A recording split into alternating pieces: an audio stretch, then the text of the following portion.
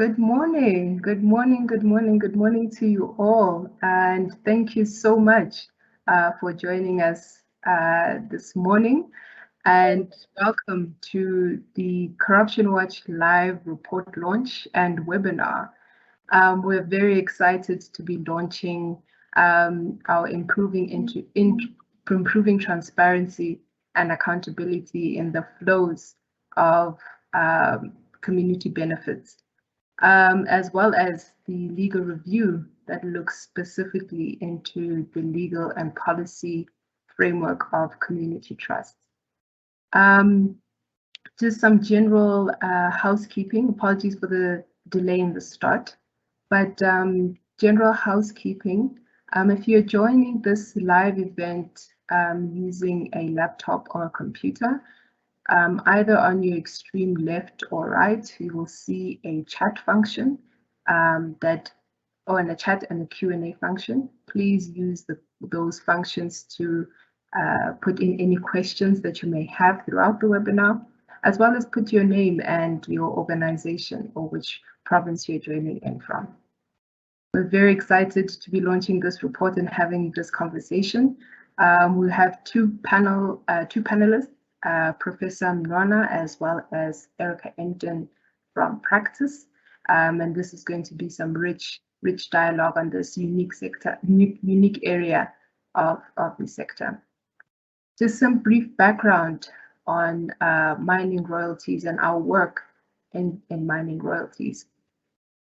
In 2018, Corruption Watch released a report into the mining royalty space, and here we were focused on really ascertaining the veracity to which communities have access to equity and the kinds of financial vehicles and legal vehicles that communities establish in order for them to achieve economic mobility. In that report, we found large-scale corruption and siphoning and maladministration of community trusts, of development accounts, of equity arrangements, to which communities not only do not know what arrangements were put in place on their behalf, but also do not have access to those benefits. This report was not a standalone report in the sense that there were reports from the public protector, for example, in which she looked into the Babo Bamokale community, where she found over 600 million that was siphoned out of the Babo Bamokale community, as well as the Baloyi Commission of Inquiry that looked into the Bakatla Bakafela community in the Northwest, where again, millions were siphoned out of the community D accounts or trust arrangements. This form of looting has gone largely under the radar. It is not on any policy agenda. It is not tabled in portfolio committees. It is not addressed by policymakers. And this report that we're launching today, it seeks to understand and to recommend avenues to which transparency and accountability can be achieved through legal and policy considerations that will enable communities to not only have the transparency and the accountability desired, but also to ensure that there is financial and economic mobility for communities. It's not an easy aspect in the sense that there's complexity in each traditional community and each mining community that needs to be taken into account in order for these policies or this legal framework to be considered best practice. With that said, we are in very good company with Professor Mnwana as well as Emdon. Emdon is one of the directors at Public Interest Practice. She has over 30 years experience in social justice work. She headed up probono.org for many years, and in 2018 she established Public Interest Practice together with Prof, in which their focus is on social justice, human rights law, particularly issues of gender, issues of gender, land, mining, as well as migrant and refugee law. Erica and Jakob were also the lead researchers and authors of this report. Professor Mnwana is very familiar to a large percentage of our attendees today, and his body of work is focused in land, mining, as well as distributional struggles in rural South Africa. Professor Mnwana is the Associate Professor and former Head of Department of the Sociology at the University of Fort Hare. He's also the former Deputy Director at Society Work and Politics Institute at the University of the Witwatersrand. So what we need to discuss, or what we want to touch on in this webinar, is really not just the legal considerations, but really to start off by setting the scene. When we speak of mining communities, a large percentage of mining communities are in traditional authorities or are under some form of traditional governance. And I think this first session, I would like to speak to Professor Mnwana really just to give us an overview of the evolution of traditional governance as well as traditional leadership that tends to be the turning point of where good governance, where there's difficulty in good governance. The floor is yours, Prof. Thanks, Mashudu. Should I start? Yes, please go ahead. All right, thanks a lot, colleagues. I am honored to have been invited to this very good occasion and the launch of this very interesting report. I've so far glanced through the report. I'm looking forward to read it closely. And it does touch to the body of work that I've done over the years. And the issue of mining benefits and questions around lack of accountability and corruption are not new. And I think Corruption Watch has done marvelous work in their past report that they have released. And I'm looking forward to look closely at this one. It looks like a very good report because it looks forward into the future on how to address the challenges that exist. My point of departure, colleagues and friends, is that in order to understand better the evolution of corruption or these issues, the challenges that we currently face with regards to mining benefits, we need to understand better the local rural context, the complex social landscape, and that shapes the conflict in the rural mining frontiers of South Africa. One, as Mashudu has indicated, the mining occurs largely, especially in the case studies that have been highlighted in the report, in the former homeland areas. As some of us might know, that these were spaces of marginalization by and large for Black people, you know. And the PGMs or the platinum group metals occur by and large on land that is held under customary systems of tenure, and most of the land is assumed to be under administrative control of local traditional authorities. And the former homelands are also very densely populated and impoverished areas that were designed so in that way by the colonial and apartheid state to confine the majority of citizens of South Africa into poverty and landlessness. So the customary systems of tenure, which Africans have preserved for centuries, even in these areas, they are the only way through which villagers could have access to land and any form of immovable property, and land for farming, including arable production. So one can argue that land is a safety net in these areas. And also in the case studies that have been highlighted in this report, fortunately I've done a lot of work in some of them. They are also defined by a history of colonial dispossession, which is quite broad, well known. We all know that, especially in Southern, I assume that we all know anyway, that in Southern Africa, Africans were dispossessed completely.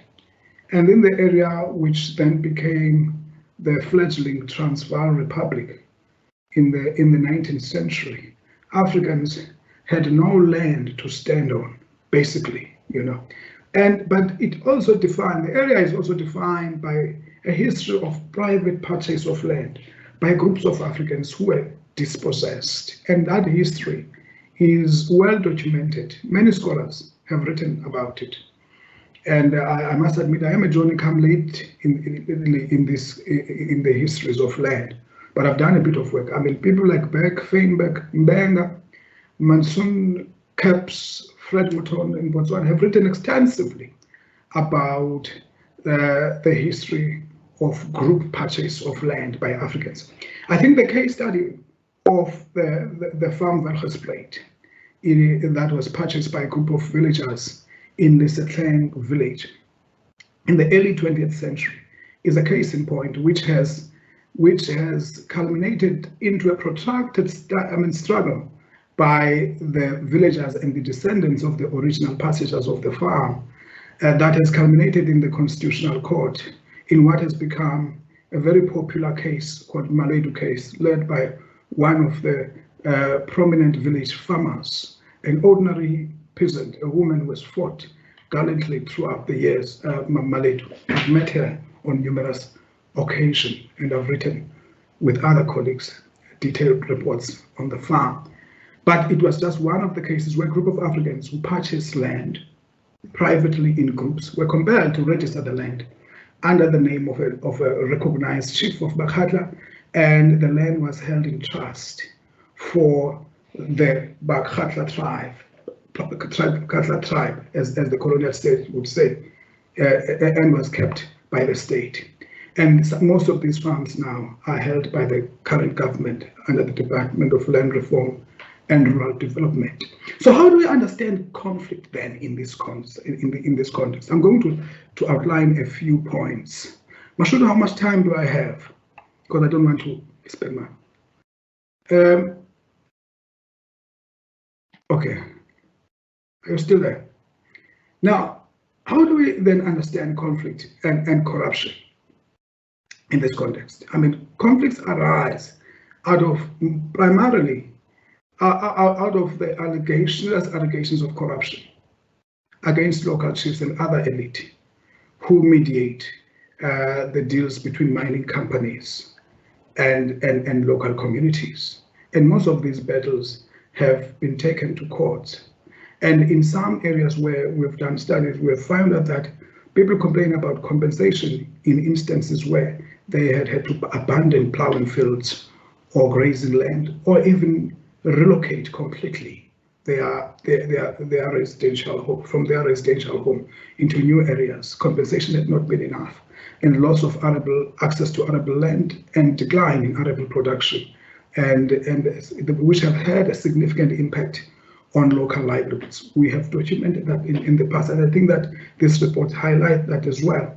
And one of the key causes of conflict, one could argue, is the attempts in the post-apartheid era by the state in collusion with mining capital, and in particular the state, to redefine rural residents, living in these areas, former homeland areas, as traditional communities, just the same way as the apartheid state defined Africans in these areas as tribal authorities in the 1950s, and then confined them under the authorities of the homeland leaders later on. So, this interpretation of post-apartheid legislation has enabled chiefs to play an increasingly significant role, between local communities, in mediating between local communities and mining corporations, and much to the dissatisfaction of many people in these areas. And the interpretation of the acts, I mean, I assume that people know the acts that I'm talking about, the TKLB and the Khoisan Act, and the Traditional Leadership Framework Act that was before it.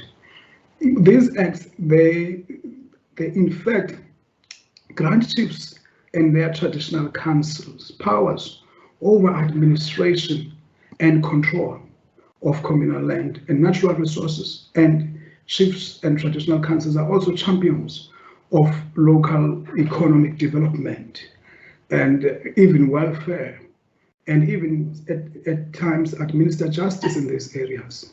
So you can see the power that chiefs have gained in this space. And there's also an overemphasis on the geographical location in defining and identifying the so-called communities or traditional communities by the state.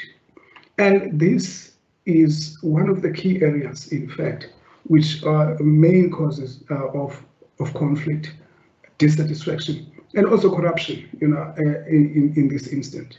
But I think that as a sociologist, I'm sorry if I will be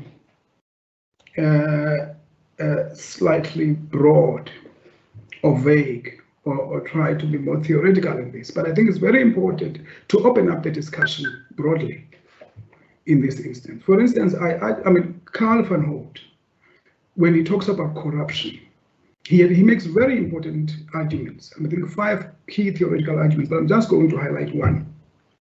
He argued that corruption is actually more than just a moral and a criminal issue. It is a mechanism of class formation. And one would argue that in the context where the majority of Black people have been excluded from the economy for centuries, and then the state becomes the main means through which people can have access to resources. And context of informality like this one, for instance, where land rights are poorly defined, and where, interestingly, there is a huge expansion of mining. I mean, this provides an ideal opportunity for accumulation by the local elite at the local level, but it hinders and constrains and limits accumulation from below. So which means that the majority of people still continue to be poor. And that is where then conflict arises throughout, It is I think that one need to understand that class formation has to take place, and a new emerging the Black elite has to come out and has to prosper in the current paradigm. However, because the formal economy and the formal sector is so limited, the opportunities are so limited, and Black people are still by and large excluded. So opportunities like the Platinum Belt or the impoverished rural locales with minerals become a target for elite accumulation. And as such, we need to understand corruption just beyond, I think as a means of class formation. And then even although the legal intervention, for instance, we have seen how the court cases have been very progressive in the cases that have been highlighted. Some of the court cases have been very progressive in the cases that have been highlighted in the report. But one need to understand, how do we make significant shifts in the political and the social landscape? Because these problems will continue, because there is a history in South Africa of the Black majority that has been historically dispossessed, and now we see new forms of class formation. So addressing corruption requires a little more, I would argue, than a legal and policy intervention. It requires first a proper understanding and analysis of the forces behind the social and political shifts in the post-apartheid society. I'm making those points.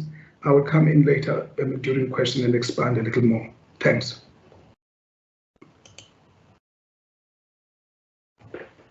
Thank you so much. I think you touched on something that's very important. on policy considerations as well as legal considerations, because as we have seen over the last couple of years, it seems like our policymakers and our courts are going in lightning speeds of opposite directions, where the policy has been rooted in almost creating a situation where participatory democracy is very difficult to achieve. And our courts, ironically, which are considered more conservative, have created a precedent of really beautiful, rich judgments that enable the kind of progression that we are looking for, particularly in this space. You will see in the chat function that the access to these reports, links to these reports, are available in the chat function, as well as they are also available on the Corruption Watch website. So in order for us to really look at the legal and policy considerations, we need to unpack them a little bit more, look at where the gaps are, and look at how or what mechanisms can be put in place to advance the kind of transparency that we're looking for. To discuss this, particularly with a specific focus on community trusts, as we know there are multiple compensation arrangements that mining communities are entitled to. Specific focus on community trust, Erica Emdon is going to provide us a presentation that looks at the salient points of this report and some of the key considerations that we need to look into. Erica, over to you. What was yours?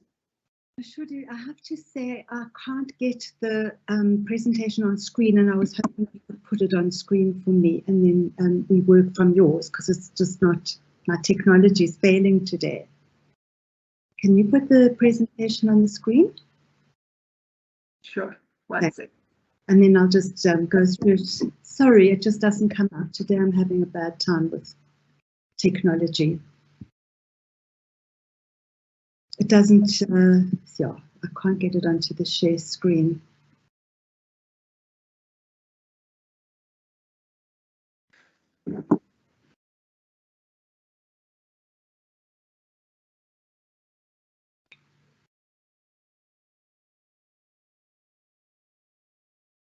Thank you. That's great. Well, I'll just sort of work through them and ask you when to, you know, sort of mention when to change them.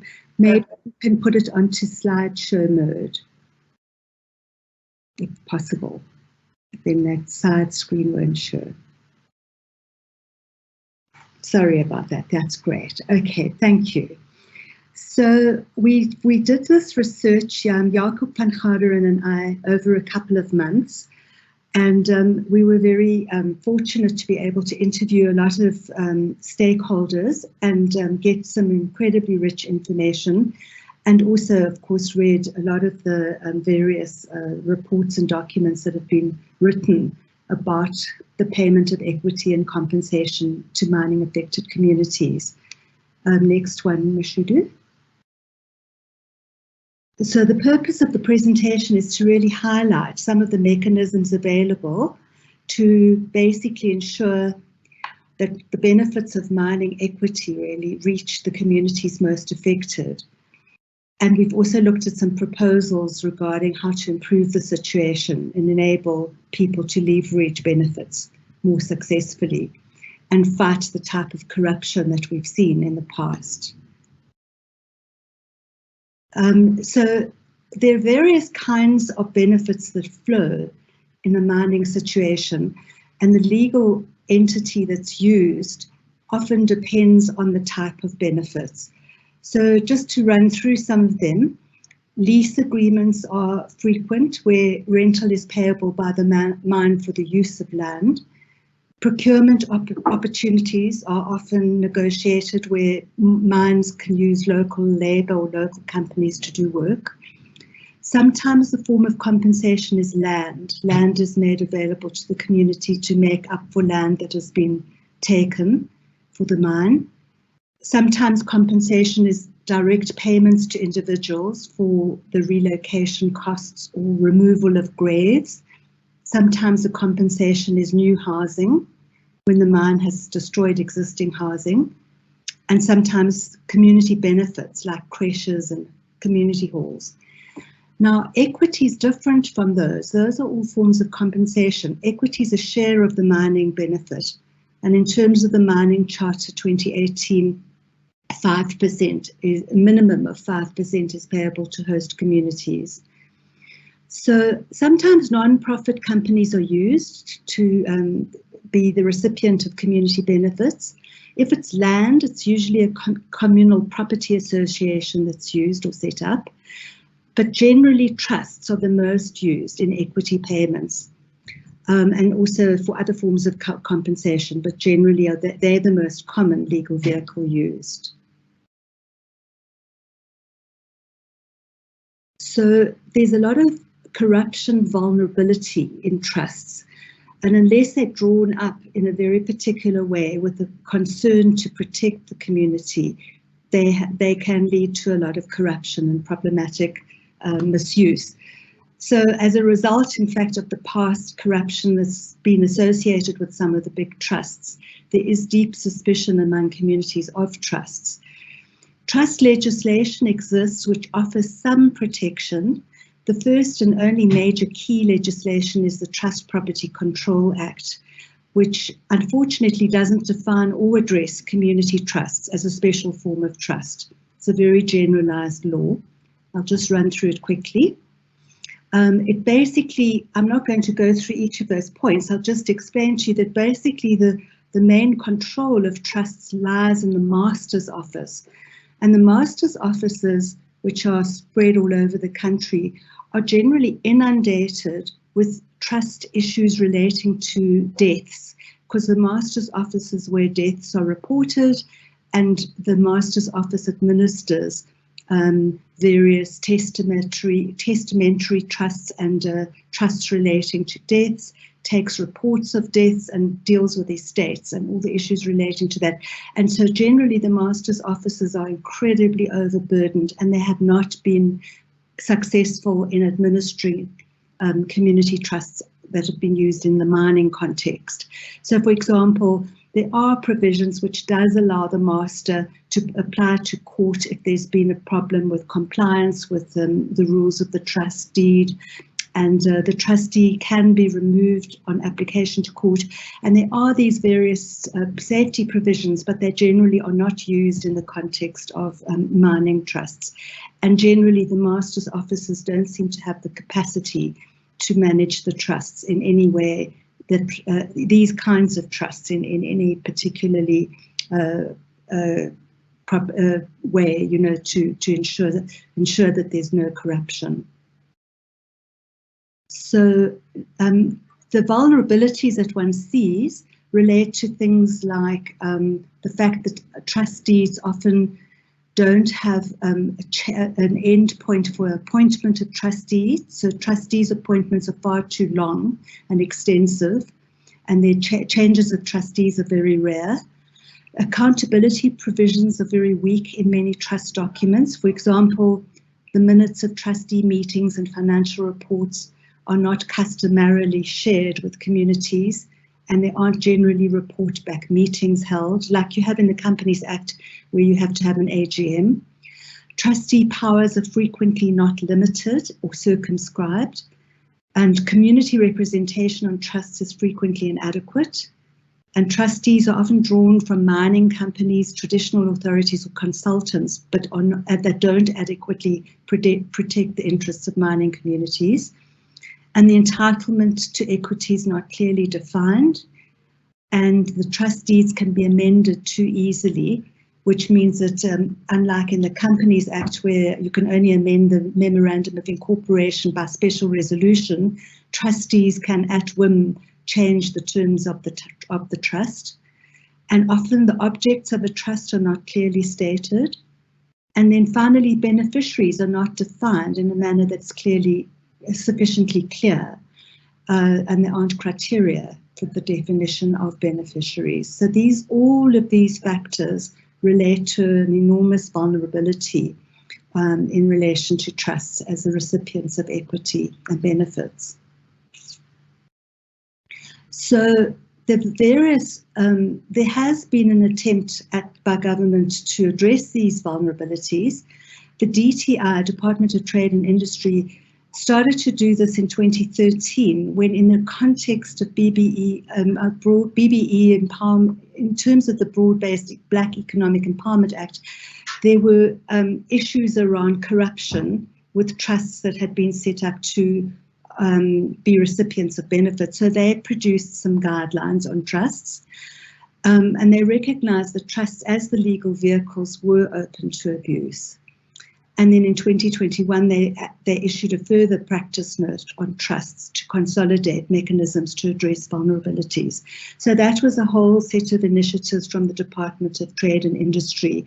And there's been quite a lot of work by the BEE Commission on trusts and what they should look like, and trying to improve the situation and prevent corruption from their point of view in the BBE transaction space. Then some of the points that they make, which are really interesting, are things like these. They say that at least 50% of trustees must be independent people with no employment or direct benefit or beneficial interest in the scheme. 50% should be Black and 25% women. The trust must define the beneficiaries and the portion of their entitlement to receive distributions. That's quite important because it's addressing the problem I mentioned just now, that beneficiaries have to be properly defined.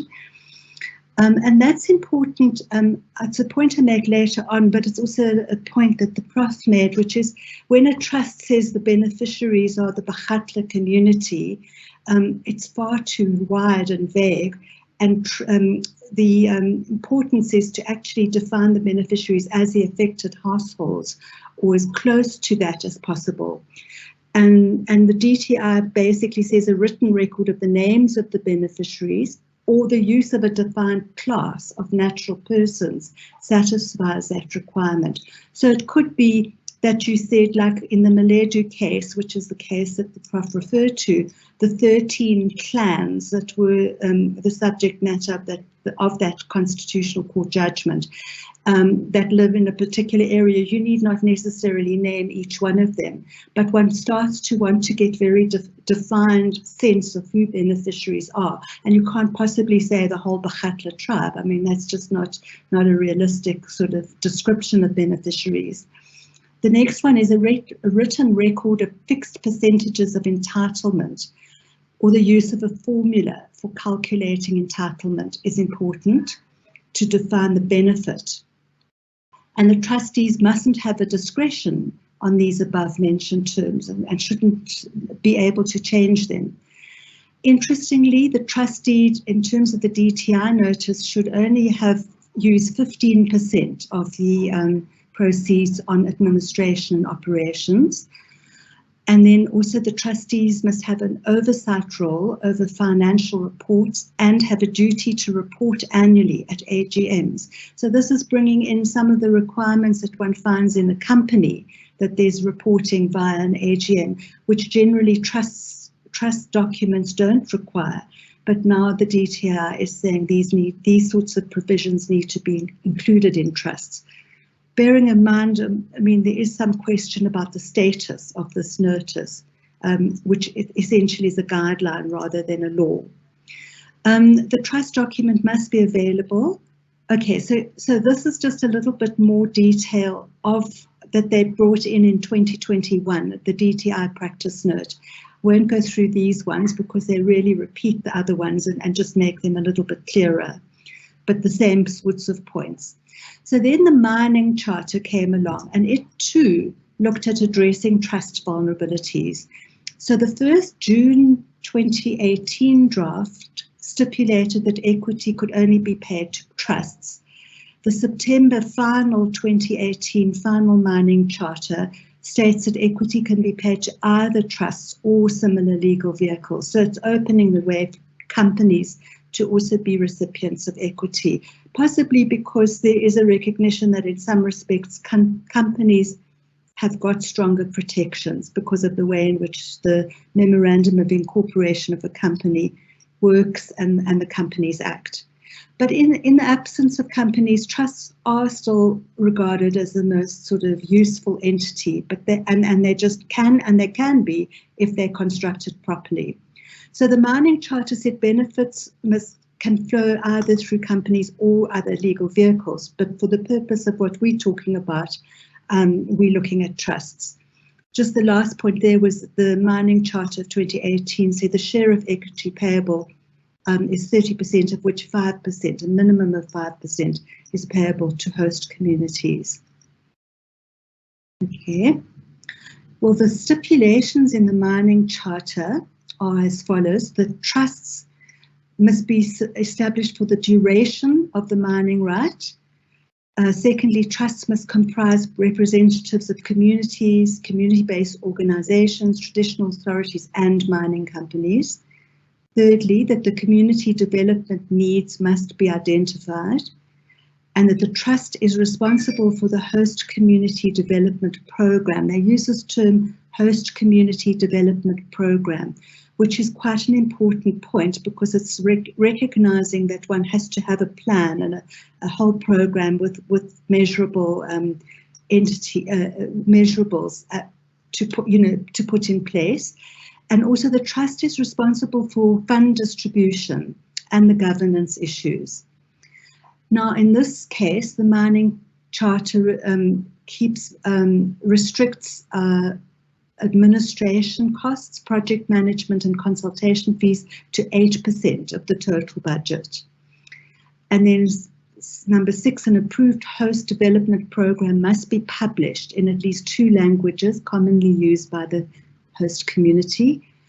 And they distinguish the host community development program from the SLP. It is something different, and that's also important. It's not a replacement. The SLP carries on and is a parallel process that must be carrying on at the same time. I think also that why they're distinguishable is that SLPs might affect a much broader community than the directly affected households to whom this particular mining program applies.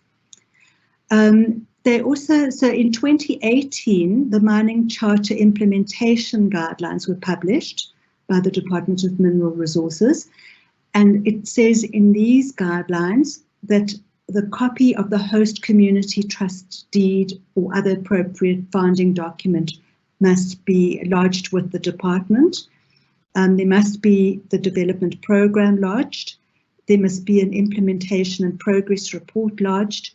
And there must also be something lodged which indicates consultation with the host community and related parties. So now there's an obligation to be sending these kinds of reports into the department annually. And then in addition, they ask that a table gets filled in with that report also being sent in annually, which gives quite a lot of information about the financial situation. So the dividends and the benefiting host community, budget, total amount spent, etc., capped project management and consultancy fee. So that also needs to be submitted. So here we have key considerations to think about.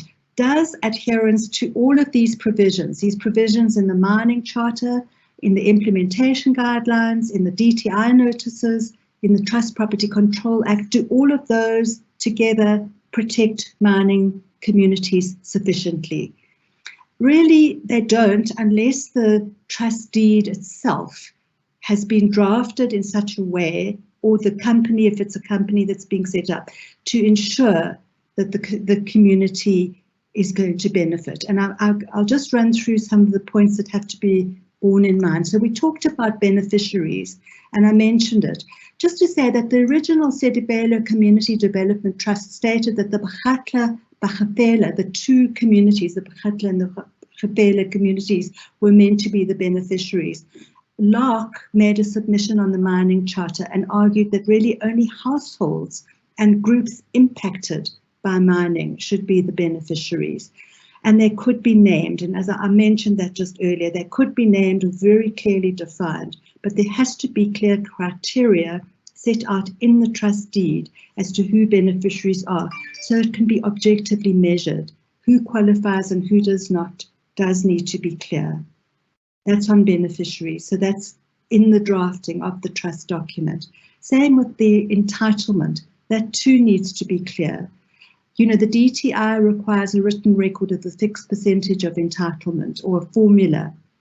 In the mining community trusts, this is the 30%, the minimum 5%, which we mentioned, which is called a non-transferable carried interest or a minimum 5% equity equivalent benefit, which must be distributed. It also should say that any payment, oh, sorry, I hadn't quite finished.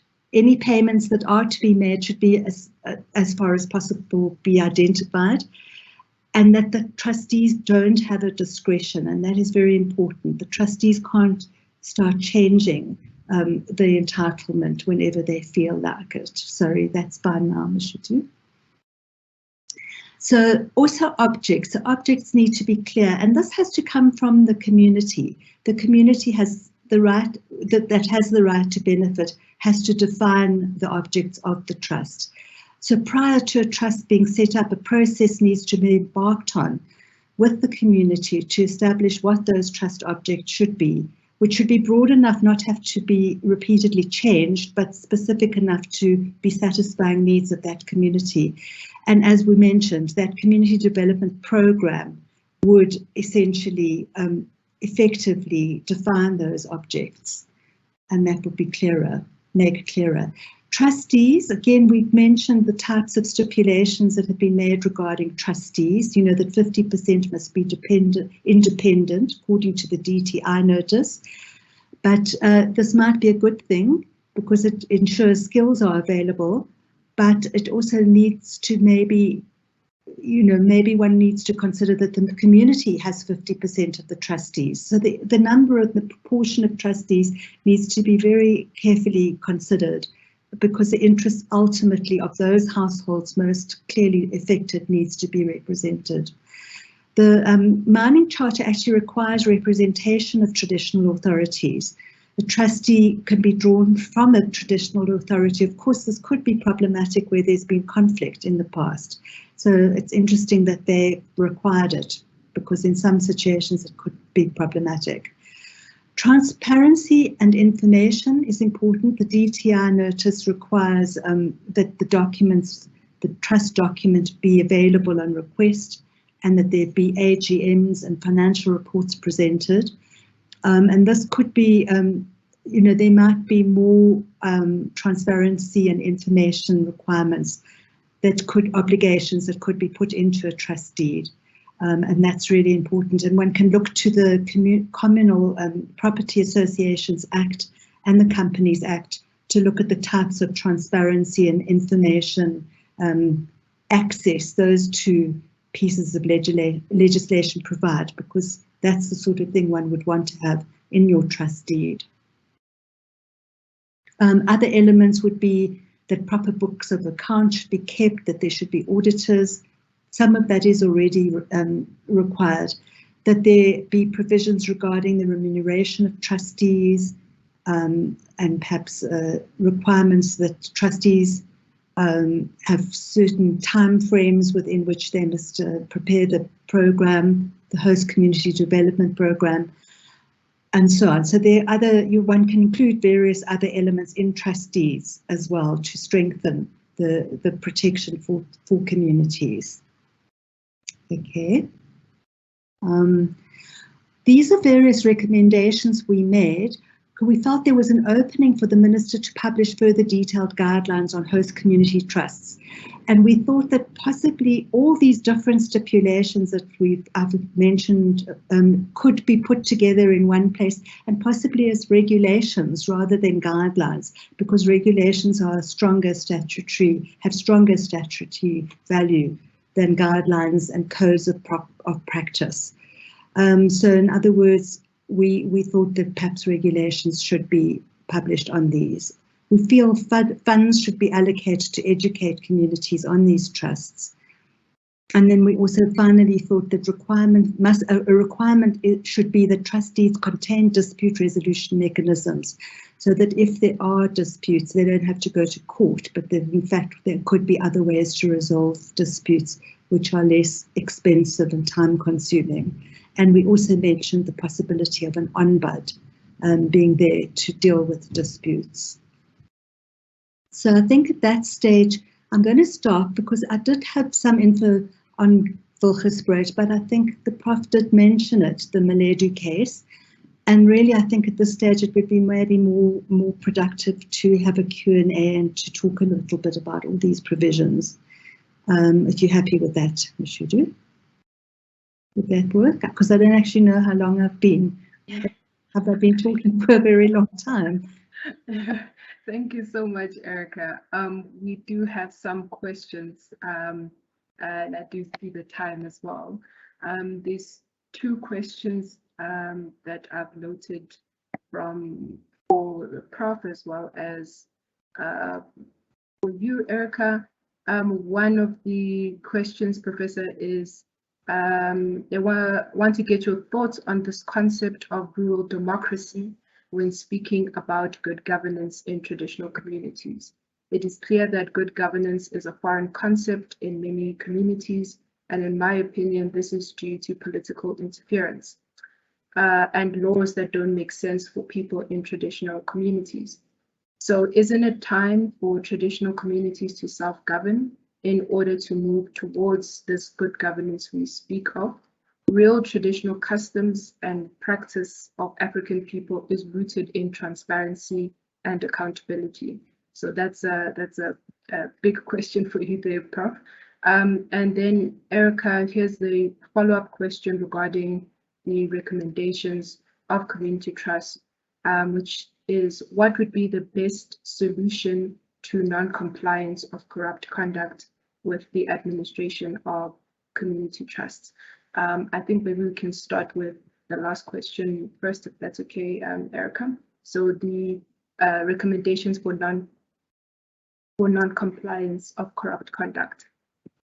Well, you see, partly if there were regulations published which had the force of law, and there was non-compliance, then there's a sort of stronger manner in which one can enforce compliance. One could, in fact, have mechanisms within regulations.